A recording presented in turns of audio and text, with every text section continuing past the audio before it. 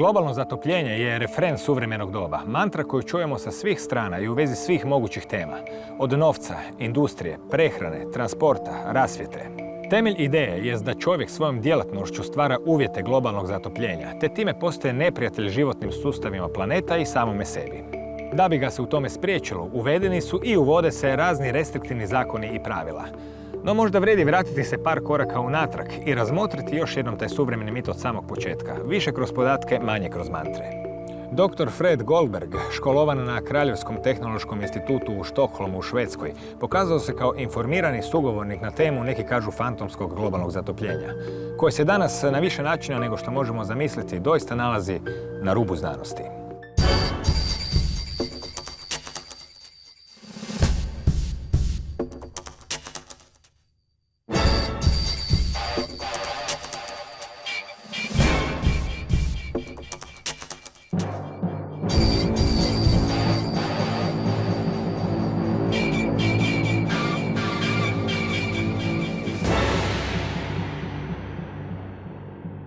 Profesor Fred Goldberg je jedan znanstvenik i stručnjak i praktičar vrlo širokog spektra.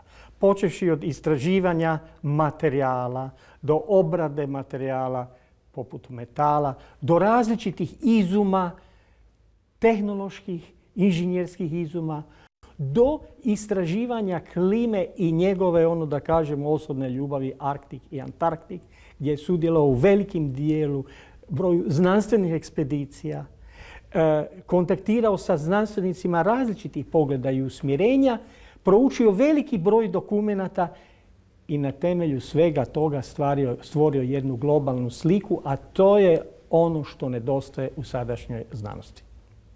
Interes doktora Freda Goldberga za temu globalnog zatopljenja započeo je 2005. godine. I to tamo gdje su u konačnici učinci svih globalnih zamisli najviše osjete, u sferi svakodnevnog života. In 2005, they implemented a carbon dioxide tax on the electricity bill in Sweden. And I found that very odd because we don't generate electricity in Sweden using coal or oil. We only use nuclear or hydropower. So I found that very illogical. I started digging into this issue and found very suspect things going on, both about why there was a carbon dioxide tax and also about discussions on climate change and so on. At the conference at the Royal Institute, the Swedish representative in the European Union on climate issues gave a speech, and I challenged him with questions, and the answers were very incorrect, and he didn't know that his answer was incorrect. So an interesting situation occurred where the rector for the university was astonished, and he asked me to call him because he wanted to arrange an international climate seminar. So I called up the rector and had a meeting with him together with a professor of chemistry, and I gave him my view on how the climate system is organized.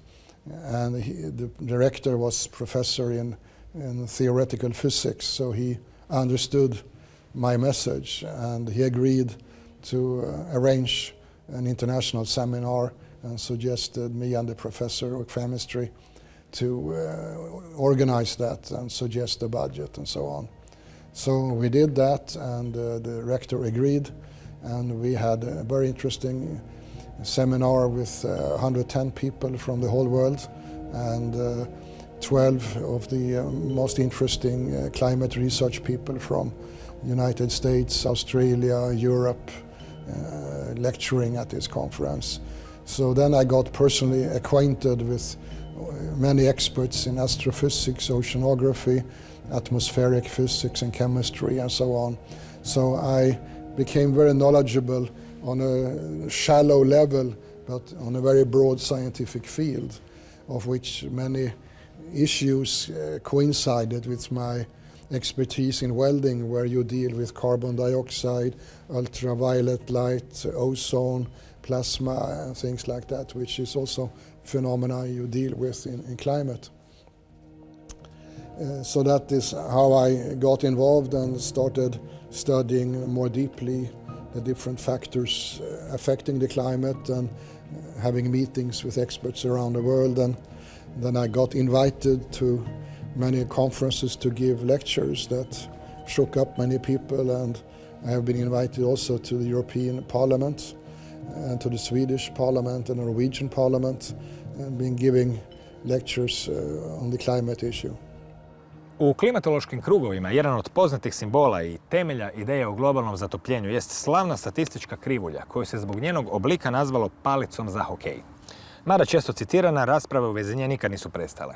Pitanje jest, nije li slavna krivulja doista iskrivljena?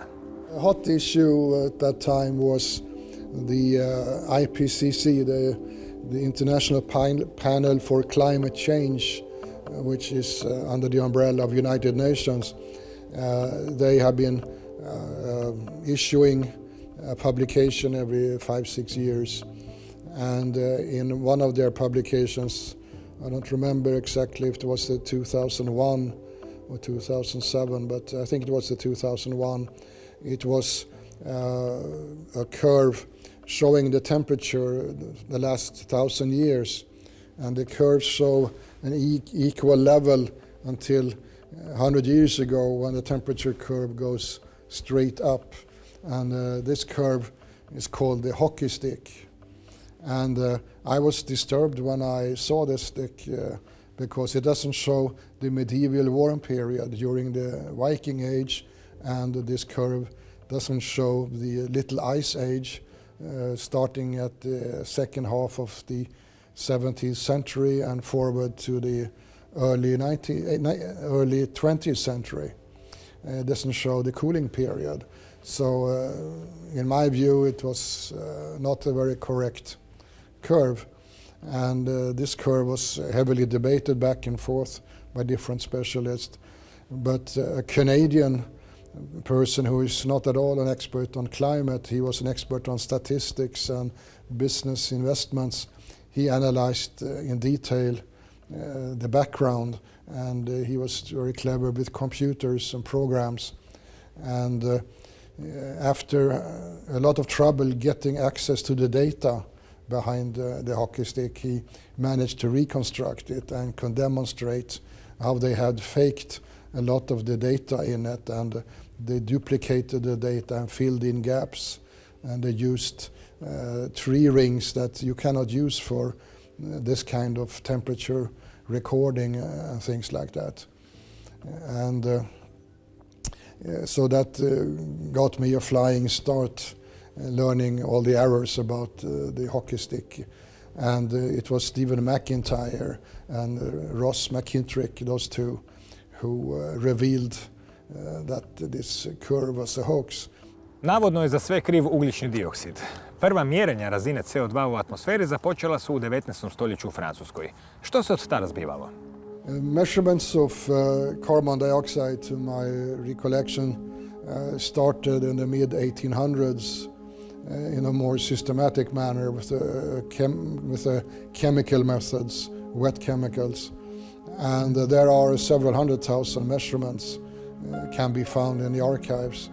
And it was only in 1957 that Keeling developed another technology using infrared detector and things like that, which has been used. And that method is a little bit more accurate and easier to use.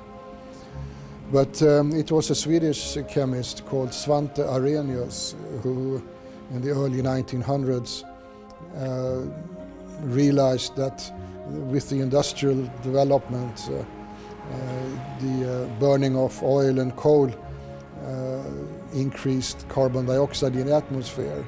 And he had discovered that carbon dioxide had a greenhouse effect.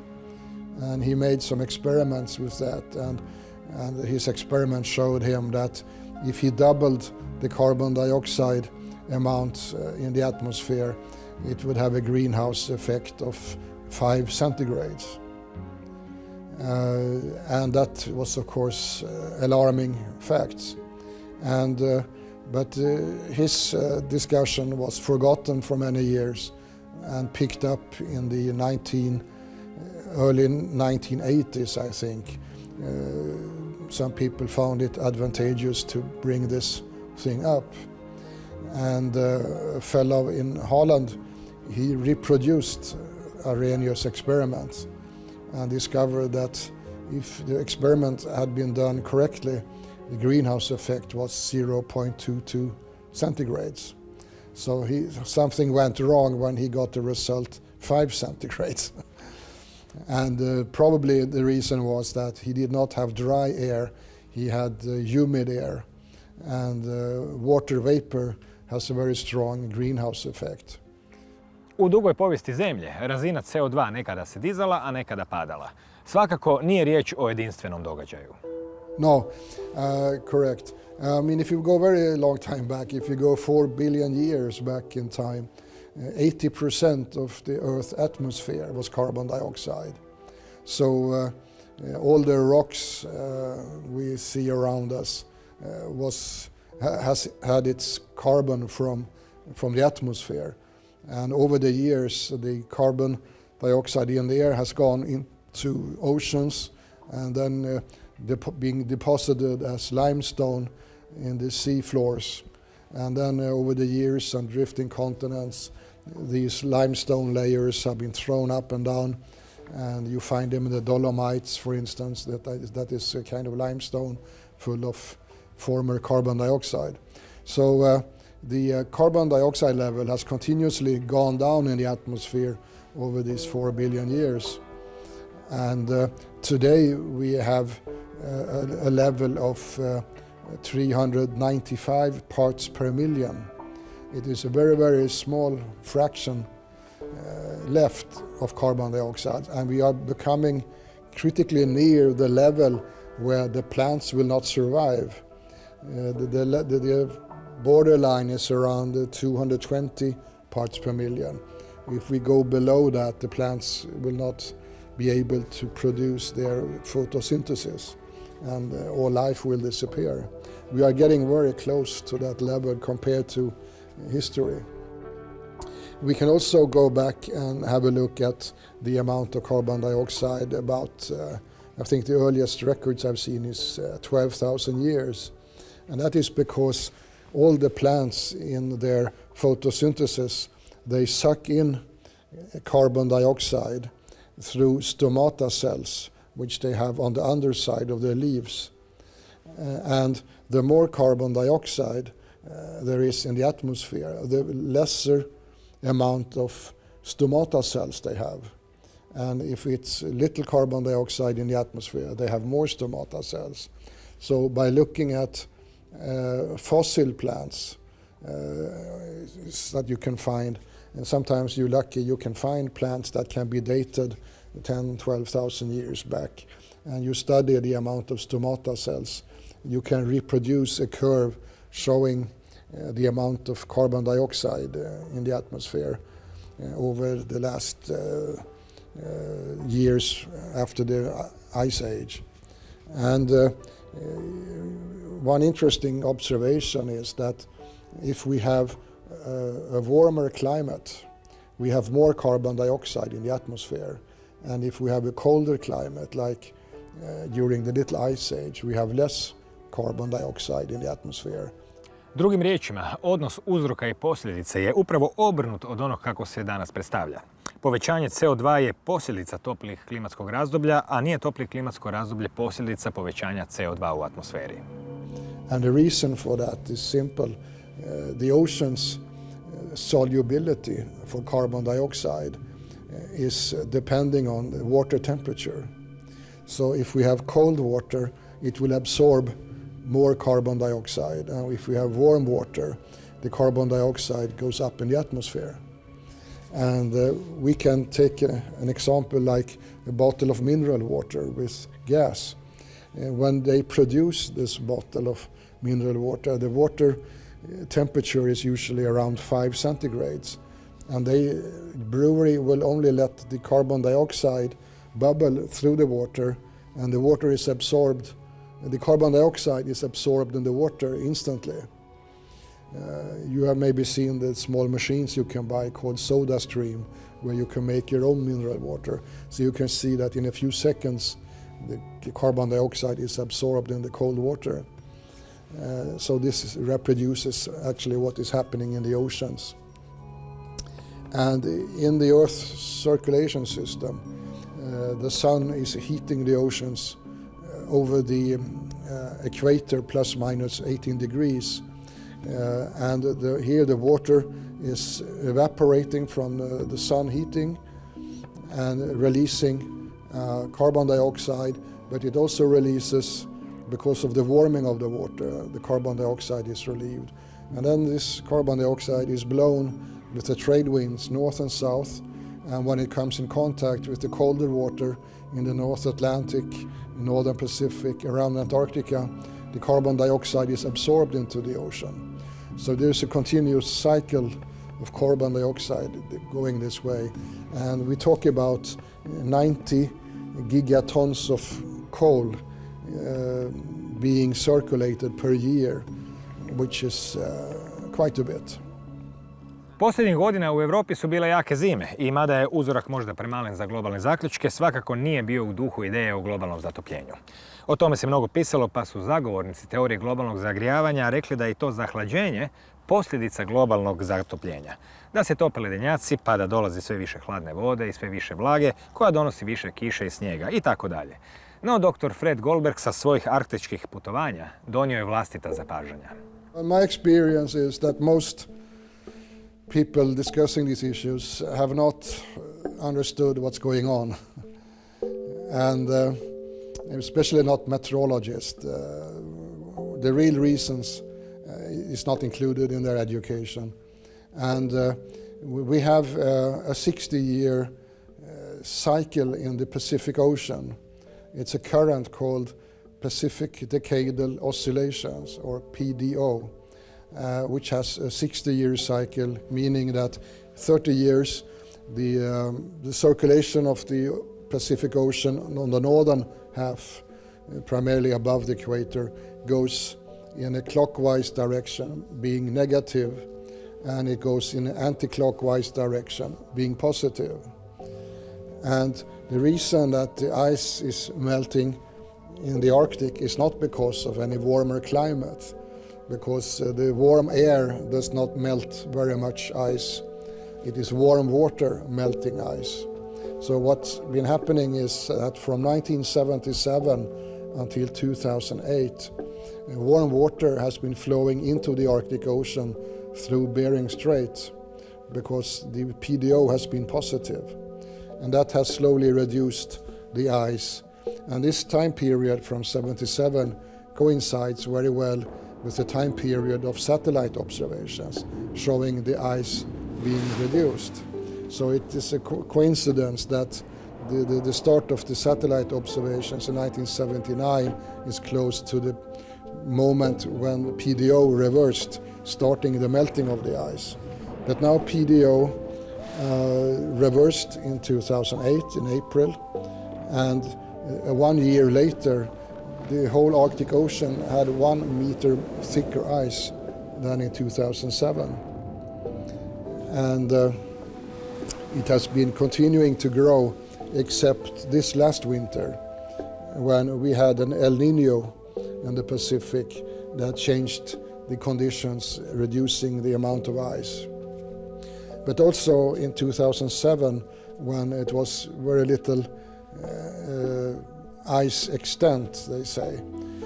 It's important to know that when they look at the ice from satellite, they see the ice extent and the open water, but they don't see the thickness of ice.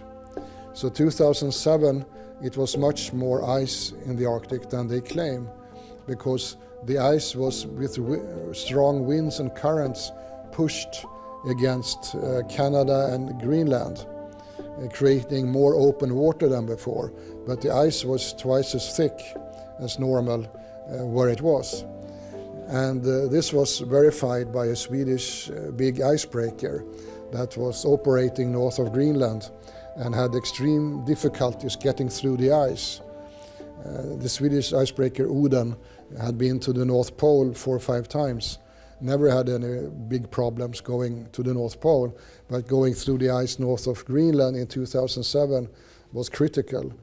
And that year I was on Svalbard, and I was standing at the dock when the icebreaker came in, and I took some films of the icebreaker with glaciers in the background, and I came on board. The captain is a friend of mine, so I made an interview with my video camera where he explained about the problems with the thick ice. And then when I came home the next day, I gave the material to Swedish national television, and they took my material and showed the nice photos of the icebreaker and the glaciers, but they didn't show the interview where the captain explained the ice difficulties, because they have only been talking about the disappearing ice in the Arctic. They didn't want to give the wrong impression to the people that there is a lot of ice in the Arctic, which it actually was. So there's a lot of misinformation on these ice issues in the Arctic, unfortunately. And the purpose is to scare people that we are changing the climate, causing the ice to melt, which is not correct.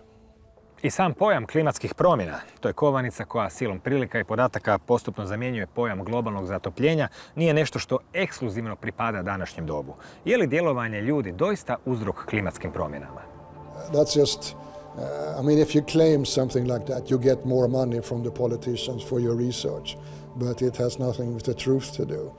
And for instance, in the Antarctic, they, at the Russian base called Vostok, which means eastern, they drilled an ice core to the bottom, and they drilled through 600,000 years of ice.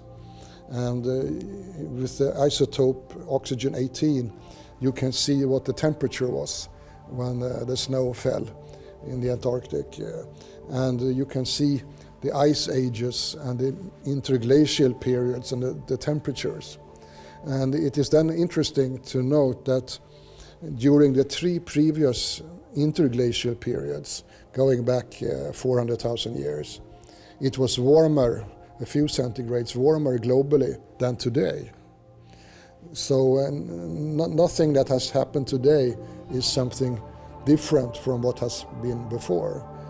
And when I asked the experts why was it warmer during the previous interglacial period than today, I never get an answer. They don't know. We don't know enough what the reason is. The only thing we can say is that it has to do with the sun and what's happening out in space. And I have some theories of my own that could explain what's going on, but I haven't published it yet. And then it is also important to mention that there has been a climate change. Nobody I know is denying that, even if we are blamed for denying that. I don't know anybody denying that there is climate change. The important issue is that it's not humans creating the climate change. It is all natural.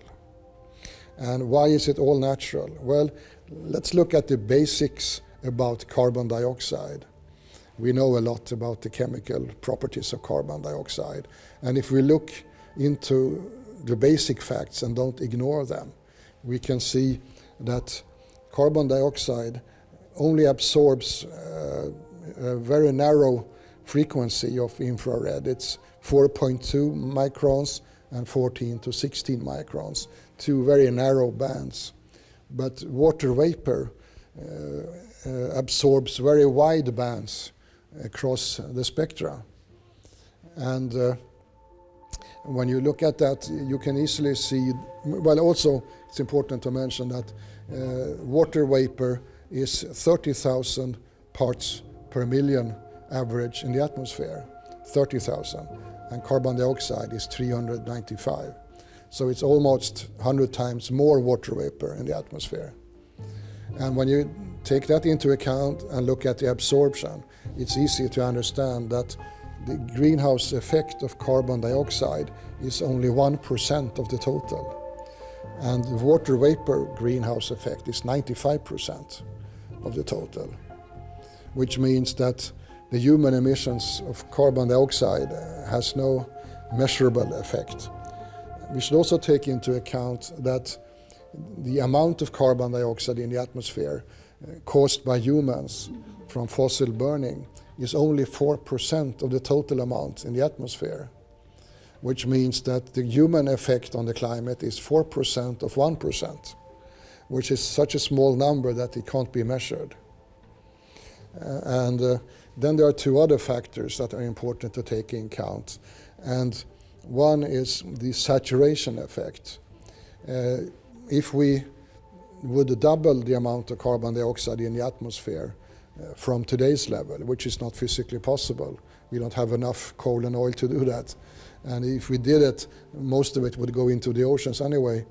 But even if we managed, the increase of temperature due to the greenhouse effect would be maybe 0.1 or 0.2 centigrades, because we have reached near the maximum saturation level of carbon dioxide. The greenhouse effect is not linear with the amount of gas. It is a logarithmical curve, which is now tapering off quickly. So most of the greenhouse capacity of carbon dioxide has already been used. And that is always ignored by the scientists behind IPCC, for instance. And the other factor that is never mentioned, and I couldn't even find a diagram, I had to make one myself, is the solubility of carbon dioxide in water, and that it is depending on the water temperature. So if we have 5 centigrade water temperature, we can dissolve, in pure water, we can dissolve 3 grams of carbon dioxide. And if the water temperature is 25 centigrades, we can only dissolve 1.5 gram or half as much carbon dioxide. So that the oceans are pumping huge amounts of carbon dioxide in and out because of seasonal temperature changes. But also what has happened is that during the last 100 years, due to increased solar activity, the ocean temperature have gone up about 1 centigrade. And that increased temperature has caused the carbon dioxide in the oceans to go out in the atmosphere, increasing the carbon dioxide level from 290 100 years ago to 395 today. And it's not because of human emissions, it's because of increased ocean temperature. Mada se to ne čuje često u medijima, ali danas mnogi astronomi ukazuju na vezu aktivnosti Sunca i smjene toplih i hladnih razdoblja na Zemlji. Primjerice, sunčevih pjega u 17. stoljeću nestalo, a na Zemlji je zavladalo takozvano malo ledeno doba. I zapravo je pomalo nevjerojatno koliko se Sunce rijetko spominje u kontekstu klimatskih oscilacija. The sun is of course controlling our climate. To believe anything else is a big mistake. It's all based on the sun, but not sun alone. The sun has sunspots, and the number of sunspots is important because it tells us about the solar activity. And when we have a high solar activity, we have a lot of sunspots, which means that we also have a strong solar wind, which is electromagnetic particle flow against Earth. And when the sun is very active, it increases the strength of the magnetosphere around Earth. And when we have a strong magnetosphere, the cosmic radiation from exploding stars in outer space, when it comes near Earth, it is repelled back again because the magnetic sphere is shielding Earth from the radiation, which means that we have less clouds. If the sun is inactive, the cosmic radiation is coming into our atmosphere, increasing the amount of clouds. And the clouds are shading the incoming sunlight, and it will cool the Earth. And this is a very important regulator controlling our climate within certain limits. That if it gets too warm, we have more humidity, more clouds, which will cause cooling, and then we have less humidity, and it goes back and forth with the sun as a controlling mechanism. And so what is very important is how much clouds do we have in our atmosphere. And if the cloud content is increased by 1%, it will be a cooling of 1 centigrade globally. And the opposite, if you have less clouds, you have a warming of 1 degree centigrade. That means that if we increase the clouds 4%, we will go into an ice age, because we only need a reduced 4 degrees temperature globally. We will be in an ice age. So that is a very important mechanism that is controlling everything. So the astrophysics people studying the sun and its cycles, they have now seen that the many different cycles, when added together, they show a very low intensity in the sun. So we are now heading into the same sun activity level that we had in the second half of the 1600s, which is when we had the Little Ice Age. And we will be heading into cold times the next 25, 30 years for 2 reasons. One is this sun activity is going into a low phase, and the second reason is that the ocean current, PDO, in the Pacific is negative, not sending warm water into the Arctic anymore. So the ice will increase in the Arctic, and it also has a cooling effect on the Northern Hemisphere for the next 30 years. So that combination is not a very good one. And it is also that combination that I used when I predicted 3 years ago. I predicted that we would have a cold war winter, we call it. Like during the Second World War, 1940-41, it was a very cold winter. I said 3 years ago at a big conference that we will have such a winter, and people just laughed and thought I was crazy, because it's not possible to determine that ahead of time, according to the meteorological experts. But to their surprise, they found I was right. So they asked me, well, what is next winter going to be like? So I told them, well, I'm sorry to tell you, it will be even colder. And then they rushed home and started chopping wood and getting prepared. And I was right again, it was colder. But this last winter, I couldn't give a definite answer, because we had an El Niño effect in changing the conditions. So we had a fairly mild winter, this last one, at least in Northern Europe. But other places around the world had a pretty cold winter, the last one, because of the general conditions with low solar activity and so on. And the coming winter will be not too cold, because we have a solar sunspot maximum next year. But it will be at a much lower level than the previous maximum 11 years ago. And then it will be going downhill with the conditions. And it will result in famine. It will be poor food production around the world because of the cooling, of course. And our politicians, they should prepare for these conditions and fill up the silos with cereals and prepare for bad years that it will be coming, instead of chasing carbon dioxide, which actually improves the food production. The more carbon dioxide we have in the atmosphere, the better all the plants grow. The plants would like 3 times more carbon dioxide than we actually have in the atmosphere. So the politicians are spending tremendous amount of money doing the absolutely wrong things. Zanimljivo je uočiti činjenicu da se porast globalne temperature Zemlje u nekim desetljećima zbivao istovremeno s povećanjem emitiranja CO2, a u nekim drugim desetljećima emitiranje CO2 se povećavalo dok se temperatura smanjivala. U konačnici možemo se zapitati i koliko pouzdano uopće možemo izmjeriti prosječne globalne temperature. Global temperature curves goes up and down.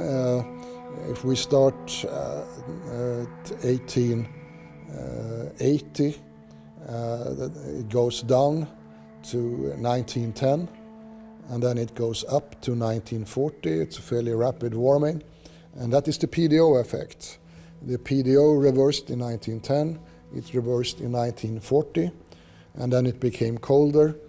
And between 1940 and 77, we had a colder period, and the climate experts, they said that we were heading for a new ice age, and they wrote books about we had to prepare for an ice age, and there were big articles in Time magazine about the coming ice age and so on.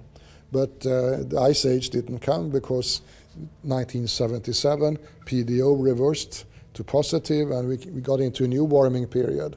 And then the same scientists said that we're having global warming, and it will be dramatic and catastrophic and so on.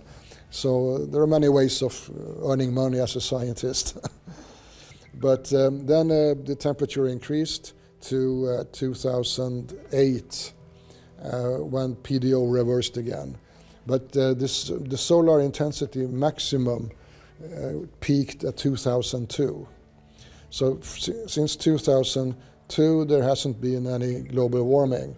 It's been slowly going down. And when I asked the experts how it's possible that we have not had any global warming since 2002, but we humans have released something like 450 billion tons of carbon dioxide, which has a strong warming effect, according to specialists, how is that possible? Then I don't get any answers, because the answer is very inconvenient to these people.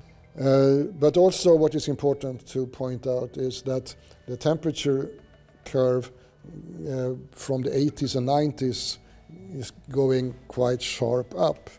And that curve is not correct.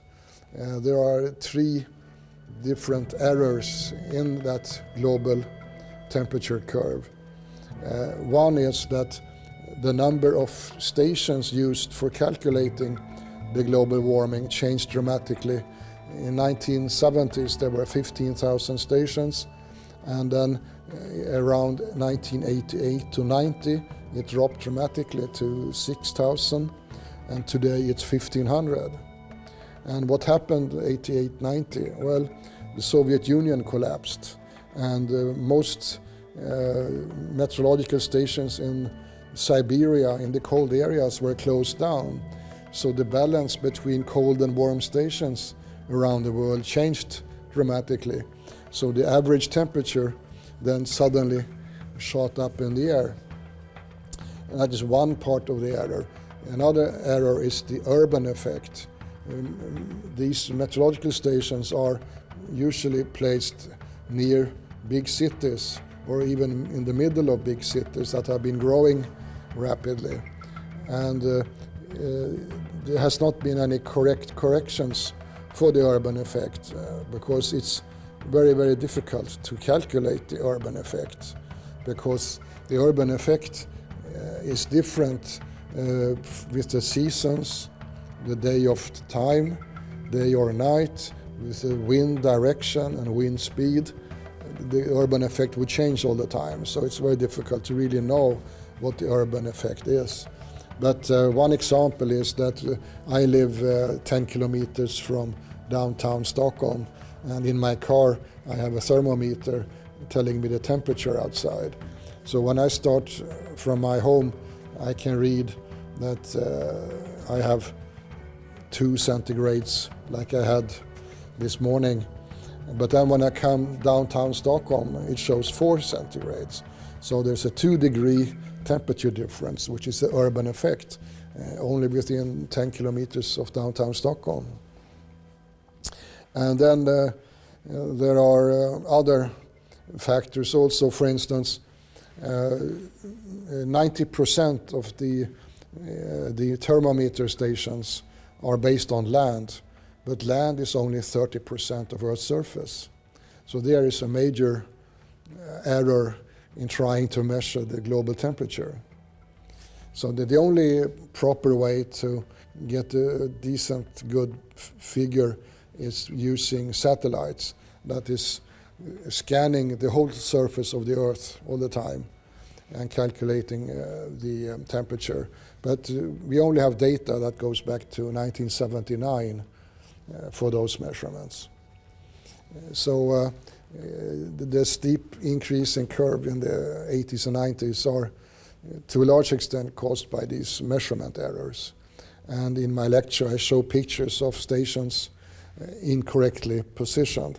For instance, 54% of all stations used for global calculations are airports. An airport is not a very good place to get an objective number because the tarmac is being heated much more than a normal place, and you have all the exhaust from the airplanes heating up, and sometimes the thermometers are standing just behind the jet engines, blowing straight at them. I have seen examples of that. So it is not as easy as you think to measure a temperature. Što se može naslutiti o političkoj, a možda i financijskoj pozadini politike koja promiče nešto tako neuhvatljivo i nevidljivo kao što je globalno zatopljenje? I can write a thick book on that subject. It's interesting, makes life exciting, that's for sure. But to go back in history a little bit, we had a prime minister in Sweden called Olof Palme that was assassinated in 1986, as you might remember. And he was interviewed by a journalist in 1976, and he was asked, what does the world look like 25 years from now? And Palme gave several interesting, good answers, but he also said that the biggest threat against the world the year 2000 will be global warming. And it's quite astonishing that he said that, because there wasn't any global warming. Nobody had heard about global warming in 1976, because it didn't really start until 1977 when PDO reversed. Then the temperature started to increase. Up to 77, everybody talked about temperatures going down and we are heading for an ice age. And then Palme goes out with the opposite. And why did he do that? Well, the reason is that his tennis partner was Bert Bolin, a professor of meteorology, who was also the founder of IPCC. And the reason was that Palme was desperately trying to find another source for tax. He needed more money for his business, and it was not possible to increase the current taxes we already had, because Sweden was already the highest taxed country in the world, which we suffered from, everybody. So Bolin suggested that he should put a tax on carbon dioxide. And doing that, you can also control people's movements, and you have world governance if you do that. So Palme thought that was a good idea. So he started promoting this and spreading the word that humans are destroying the world by emitting carbon dioxide. We must cut down the emissions, we must charge tax, etc. And then, of course, there are always winners and losers.